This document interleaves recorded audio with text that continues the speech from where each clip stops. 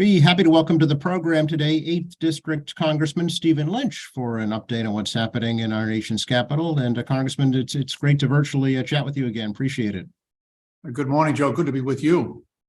It's been a little while since we've had an update from yourself, so I thought it'd be a good time to check in here midsummer and to see what's weighing on your minds.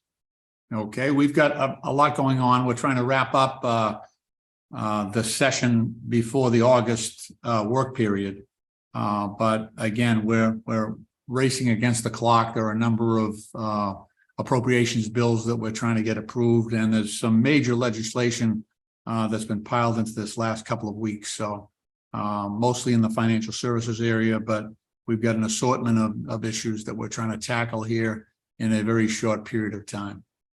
Yeah, I know a couple I'd hope to talk about today, including the student loan forgiveness issue, inflation, climate change, immigration. But before we delve into any of that, I always like to kind of ask, what is pressing on your mind, Congressman? What kind of keeps you up at night, specifically with issues here in the district? Well, you know, I have a coastal community, including the beautiful city of Quincy, but I represent all the way from the North End in Boston, all the way down the coastline down to Hingham. And so climate change, sea level rise, stronger storm systems, and the fact that we're sort of behind on that in terms of infrastructure is really something that I feel like we're behind on. And so a lot of my priority projects, grant proposals, things like that have really tried to focus on those coastal communities, including Quincy. I work very closely with Mayor Tom Koch. We're doing a few seawalls around town. We're also looking at expanding the protections that we have for many of our vulnerable neighborhoods along the water. So we're working on that. We were successful in a number of earmarks for the city of Quincy. We're working on the parking garage. We've got some money coming for public safety, things like that. And as you know, there's so much going on in Quincy. You know, Mayor Koch's doing a great job, and we have a full menu of things going on. So we're trying to keep up with all of that. The transportation issue, obviously a huge one with the Red Line. We're just concluding a lot of the renovations we've done in the 3 of the Quincy stations. So hopefully we get back to a better rhythm with respect to, you know, commuter travel on the Red Line. But I've got also wider issues, other towns south of Quincy, like Hull, that is actually part of the town is below sea level. So we've done similar things in Hull that we've done in Quincy with the seawall infrastructure. A lot of this stuff has been built decades ago and has not been restored. The other piece is the sea level rise are even greater than the engineers anticipated back in the day. So some of these seawalls that were built around 1910, 1920, 30 in the Public Works Administration, the sea levels now are exceeding that. So we've got to not only rebuild the seawalls, but we've got to build them higher. So that's been a real challenge. But fortunately, through the Jobs and Infrastructure Act, through the American Rescue Plan, we've been able to, and the CHIPS Act as well, there was a lot of climate change resiliency funding in that. So, you know, my job is to try to steer as much as I can to my district. And there is a general agreement here in Congress that these coastal communities are the greatest ones at risk. So sort of the winds at our back in terms of getting funding for those purposes. On the broader issue of climate change, how important do you think renewable energy sources are to dealing with that in the future? Dear Lord, I mean, that's the key, right? We're going to have to try to reduce our reliance on fossil fuels. One great piece of news is that we finally concluded an international agreement with Canada and on a pathway for hydroelectric power. The interesting thing here is this is going to be a bilateral agreement on energy as well as between our two nations. So The way this works is that hydroelectric power will come to the greater Boston area, including Quincy, our area, from Canada. But in return, we will be able to transmit wind energy from our wind farms in Massachusetts and New England up to Canada during the winter months when they are in greater need of zero emission energy. So that's sort of the secret sauce that made this work. Both nations felt they were getting something out of this. This power line will be, there was concern about, digging up, excavating areas that are pristine right now between Canada and the greater Boston area. But there's been an agreement to use the existing pathway that's been constructed there for electric. So it'll be on service roads, things like that have already been dug up, decades ago. So there won't be any disruption of the beautiful areas that lie between our two countries. On that same note, regarding infrastructure, do you feel that more investment needs to be made in the grid, if you will, nationally to support these new sources of energy? Absolutely. We've just learned that some of the old cable that some of these telecommunication companies were using had a lead compound in it, and so now we're confronted with the likelihood that we're going to have those telecommunication companies remove that cable because it seems to be breaking down and then leaching into some of the waterways. So we've got a real challenge there. But obviously, in the new iteration of those systems and power systems, because a lot of it is wireless, so we don't need those cables as much as we did in the past. But the new materials that we're using are much more thoughtful and friendly to the environment. I wonder if you could explain, Congressman, just a little bit about some of the federal incentives available for electric vehicle purchase. I think it's kind of a mystery to a lot of folks as to what vehicles qualify, who qualifies to get these incentives, and what that program involves. Yeah, it's a moving target. I actually sponsored a bill to, we're coming up short on charging stations. So that's been a part of the infrastructure that has fallen behind. So my bill, part of which was included in the postal reform bill, would require the Postal Service to electrify all its vehicles. So, and part of that, obviously, they'll need to charge their vehicles. Fortunately for us, a lot of that charging will occur overnight, and when the postal trucks are in there overnight. During the day, the trucks are all out, delivering mail and packages. So those stations ostensibly would be available to the public. So it increases our capacity. Think about if every local post office had a couple of charging stations or a few charging stations out front, the general public could use those stations during the day and still meet the needs of the Postal Service. The Postal Service has 287,000 vehicles. They're number 2 in our government in terms, only behind Department of Defense in the number of vehicles that they have. Many of these vehicles used by the Postal Service are quite archaic. They're old. We've got stuff that's out there that's 30 years old that should have been removed long ago. And they vary from the little trucks to the big, semis that you see rolling down the highway. So we've got to do a complete reset. I did have a hearing with the Postmaster General 2 weeks ago. We spoke about this. He said he's moving as fast as he can. And so he's removing the oldest trucks first, obviously. Those are the ones that are, and we've got a number of social justice communities in our district. So you've got places with very, very high asthma rates. So we're trying to, reduce the emissions from those vehicles that travel every single day. They're there in our neighborhoods every single day. They're on the streets of Quincy every single day. So if we can reduce the emissions from those vehicles, we can immediately have a positive impact on the air quality and that'll have a beneficial effect on those suffering with asthma, as well as just the general health of our communities.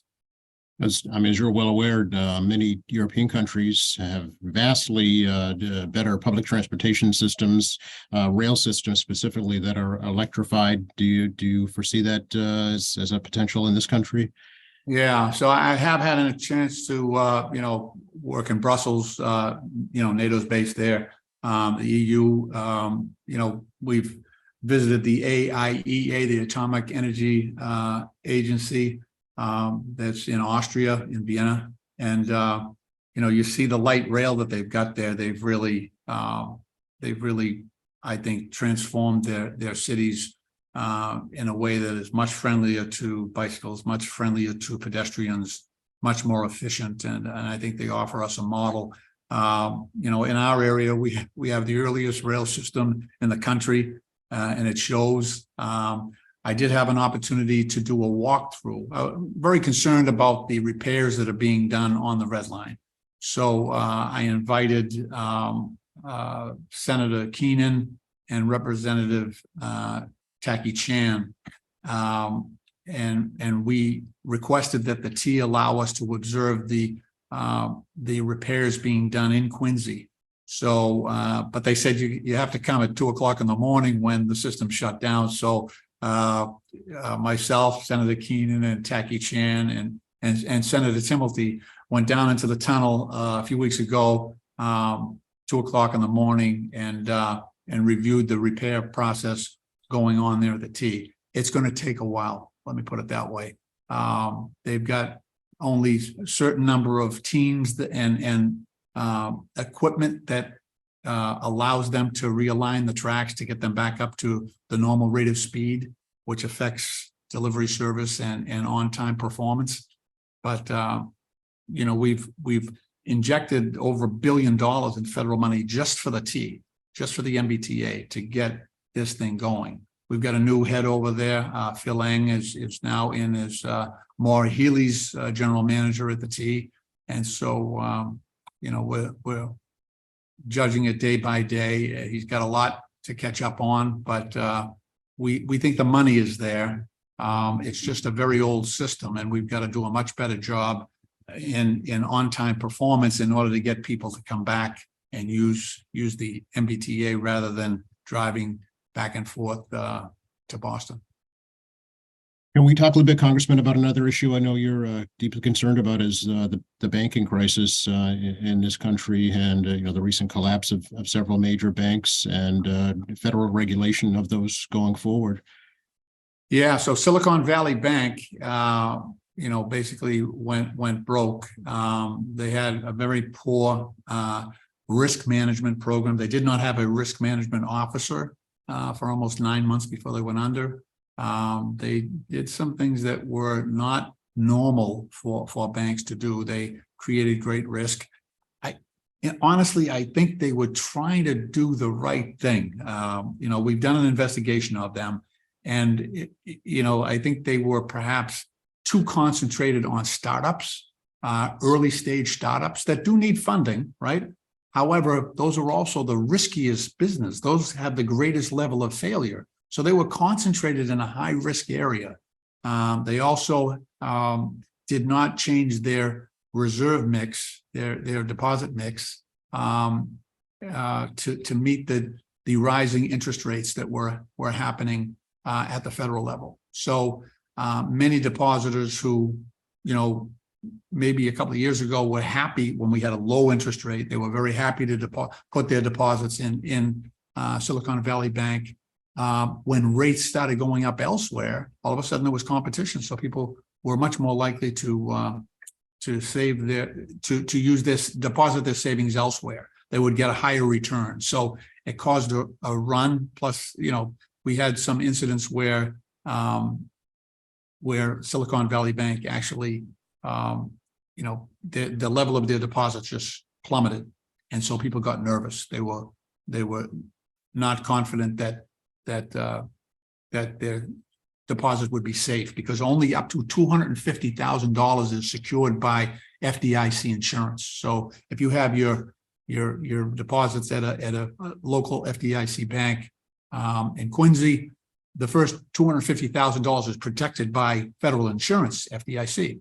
However, anything beyond that is exposed to loss. And so you had companies that had several $1 million. And so only $250,000 of that was protected.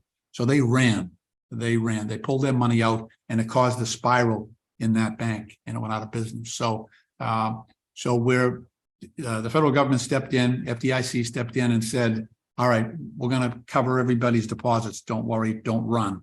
And that basically settled things down, but not in time to save SVB Bank or a couple of the other banks that were caught up in that same dynamic.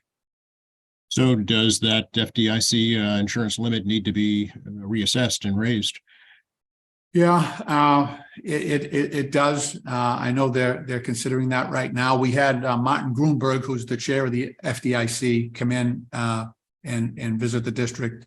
We explained the impact that it had on our local area, because you had a lot of people from Quincy and Boston that had deposits invested, and companies that they did a lot of affordable housing. Silicon Valley Bank, they were great on building affordable housing. They funded a lot of that, and so all those projects, became at risk because of the failure of the bank. So the successor bank has stepped up, and we're having negotiations right now about making sure that all the affordable housing projects that are going forward will still be secure. So we're doing that right now. I think, as I recall, part of the problem too was the bank's investment in cryptocurrency, if you will. Is that something that the federal government needs to look at more closely? Yeah, definitely. I'm somewhat of a crypto skeptic myself. I've seen the tremendous losses, FTX failure, millions and millions of people who put their money in that bank. Fortunately, 98% of them, because of the laws we have here, 98% of the people that lost money in FTX when it failed, it was a crypto exchange. They were from outside the country. Only 2% of the investors, because we have such strict rules here. So that's a lesson to us, and I think a proof positive that proper regulation can protect consumers. But we've got a market structure, a crypto market structure bill, digital asset market structure bill that's coming up. We're having a hearing on it. We have a markup today. We have a round table on it today at 3:00 with my Republican colleagues. We're going to talk through the bill. I've got some problems with it, but and then there's going to be a markup with amendments probably next Wednesday. So it's a timely topic to talking about. I'm nervous. I'm nervous about the lack of security. I'm nervous about the impact that it'll have on the traditional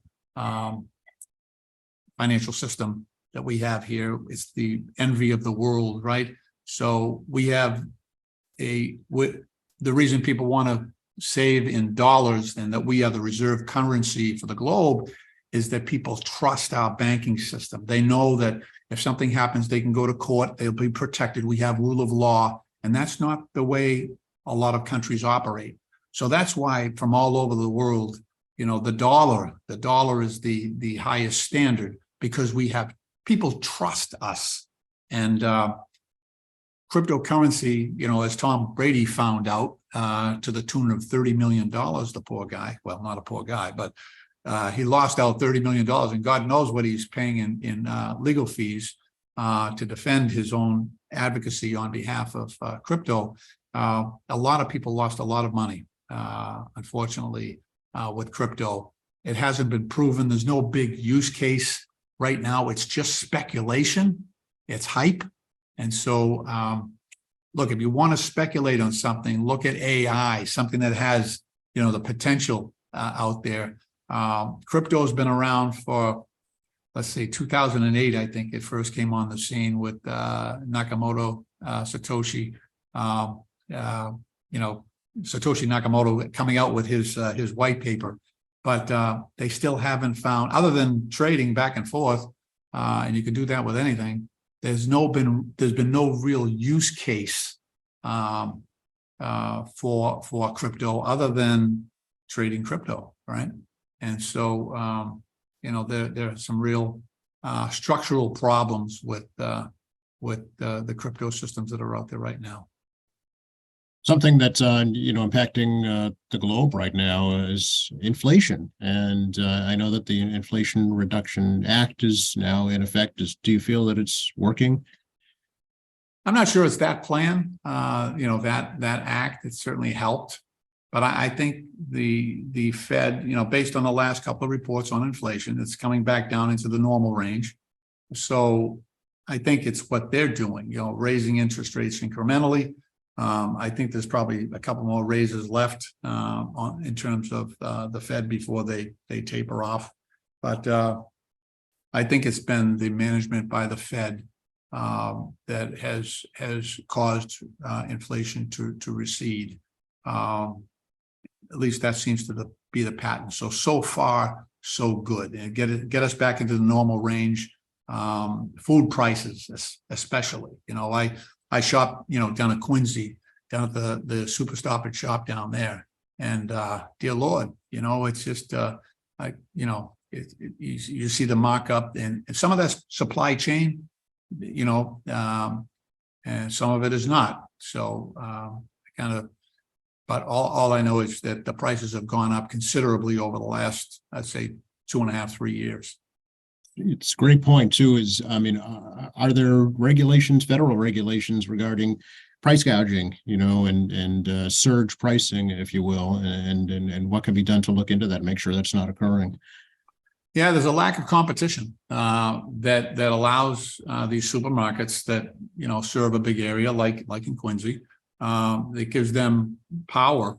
People don't have a lot of choices, but I've asked to have someone look at, there are other areas where we felt gouging was going on, fuel supply, gas prices, things like that. We looked very closely at that. I got a briefing from the Department of Labor that did an extensive study on fuel prices, and they confirmed that there was gouging going on. Many of that stems from offshore sourcing. But so in response, I said, what about food? Can you do a study on that? So they said we have one underway, but the results aren't available yet. But I would not be surprised if they felt that there was some gouging going on, and producers taking advantage of the lack of supply out there. Do you feel, Congressman, that we've pretty much bounced back in terms of the pandemic now, both with society and the economy? I'm hopeful. I still hear cases. We stay very close with our health centers and our hospitals. We got a great network of Manet Community Health Center does a great job down at Quincy, and they're incredible. I was just down there not too long ago for a walkthrough.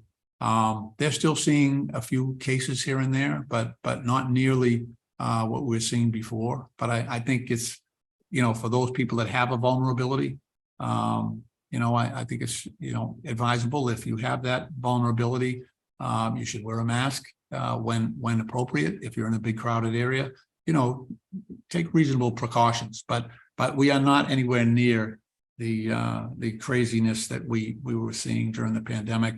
Even for some of our larger hospitals, if you go, I was at the Mass General doing a walkthrough pretty soon at New England Medical Center as well. It's optional. Masks are optional at the hospital. So that's a good indicator that the concerns have been mitigated somewhat. Sure. Can I ask you a little bit about the, Plan B for the federal student loan forgiveness program? Price tag now, about $39 billion. Is this something you support? Yeah. So this new plan that the president's got is, it's much different. The original one would have covered tens of millions of people, and this new one that he's got less than 1 million people. And the borrowers who would be helped in the president's new plan would be those who were in plans. There are 4 plans that student loan assistance plans that target low-income people. people that are struggling or meet certain income guidelines that, they're working families, they're not from, high income families. So I think there are 840,000 people in that cohort that would be helped by the president's plan. As you know, the original plan that the president put out there was ruled unconstitutional and struck down by the court. And that was because they used a premise of the HEROES Act, which is a bill we had passed before, but the court said it was overly broad and that it had to be specifically authorized by Congress. This plan, the 840,000, is built basically on those programs, those 4 programs, and the specific congressional intent is being followed by the president in this instance. So I think it will be challenged. Even this 840,000 people, low income, working class families that are being helped, I think there'll be a challenge to that. My Republican colleagues do not want the money going out for that purpose. And so it'll be challenged in court, but I think it will survive because it has a good foundation. And as I said before, it already has, it matches up well with the congressional intent for those 4 student loan programs. Do you support it yourself? I do. The president's current plan, yeah. We can talk a little bit about, it's a big topic, I know, but immigration and reform for folks who want to make residence in this country. Has there been any progress on that front? Well, there has. The president has a program. Well, right now, the plan in place is the Remain in Mexico program. So they did not see the big surge of people coming after the pandemic protocols were ended. There was a prediction that millions and millions of people were going to come over the border in a big rush. They did not see that. Obviously I've been down to the border many times. I've gone to Nicaragua, Honduras, and El Salvador, Guatemala, to look at the situation there and try to understand what the push factor is in those countries. But since the president has reinstituted the Remain in Mexico program, we haven't seen, obviously we haven't seen the numbers that we saw previously when I had been down there. So that's a good thing, that we're not seeing the pressure, and there seems to be, we're under greater control. We have had 500,000 immigrants come in legally under the president's parole program, but most of those 500,000 were from 2 countries, Ukraine, because of the war, and I think they came originally and thought it was going to be temporary, but as the war has gone on, they're largely from areas that are under siege, and it's not safe to go back. So we saw a lot of them just say, look, after a couple of years, we'd like to apply for U.S. citizenship. Many of them had families here. A lot of the refugees coming out of Ukraine, and I've traveled extensively there during the conflict. Most of them have simply relocated to Poland, Romania, other countries in the EU, staying closer to home, so that in the event that peace is achieved there, or victory is achieved by the Ukrainians, that they'll be able to return. But so that group, and also Afghanistan, because of the number of people that were helpful to the U.S., that assisted U.S. troops, that were trusted partners. So those two countries were responsible for the lion's share of new immigrants that were taken in. I always like to ask you, Congressman, the temperature, the climate of the bipartisanship rapport between Republicans and Democrats in Washington. Has it gotten any better, would you say? Is it about the same? Has it gotten worse? It's bad. It's bad. But I would say it's driven more by, so the Republicans are in charge now. Mr. McCarthy is the speaker. They decide the bills that will go forward and what we will argue about, and what our priorities are. And so, unfortunately for Mr. McCarthy, he made deals during his speaker fight to give an enormous amount of power to what's called as the Freedom Caucus. So they are a different group. They're not traditional Republicans in my mind. I'm a moderate, so for 20 years I've worked with Republicans on the other side and tried to figure out, okay, what's best for America here? Let's try to collaborate. It's very difficult for those moderate Republicans on their side to really have their voices heard. They're being shouted down, I think, by the hard right and people who are unstable on their side. So Ukraine, for instance, they had an amendment the other day that would end all assistance to Ukraine, including humanitarian, in the middle of this war. They're fighting for their independence, and the Republicans, had amendments that would cut out all support, which would have been a gift to Vladimir Putin, right? So you just worry about people like that.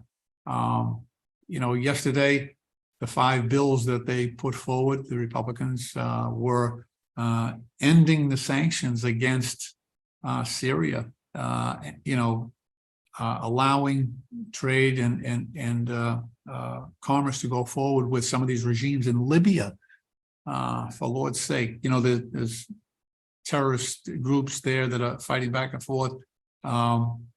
Just Yemen, end the sanctions there, even though, resources and money would go to, groups that have, persecuted civilians and have horrific human rights records and are a danger to United States troops. We still have troops on the ground in Syria. And I think we would expose them by strengthening their opposition in those countries. So I don't know. It's just different. It's different here. So I'm hoping that we might get back to a point of equilibrium where we might be able to, work together. There's only a 5-vote difference between the number of Republicans here and the number of Democrats here. So you would think with almost equality that it would induce us to work together. But that has not been the case, and,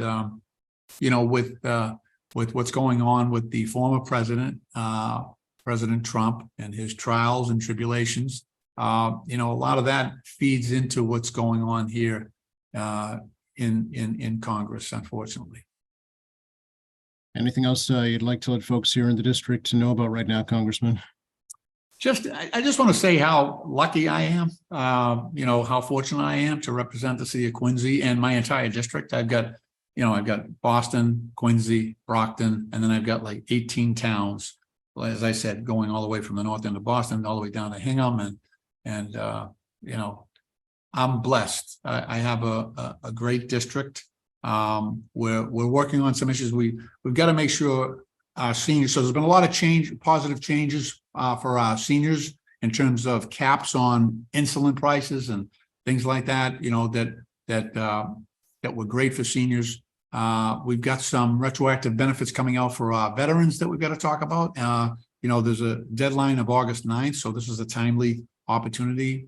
Our veterans need to pay attention to that, and we'll be communicating with our veteran service officers all across the district to make sure people are aware of that.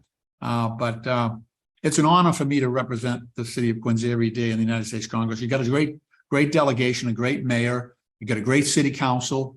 I have wonderful personal relationships with all of them, and I'm just very fortunate.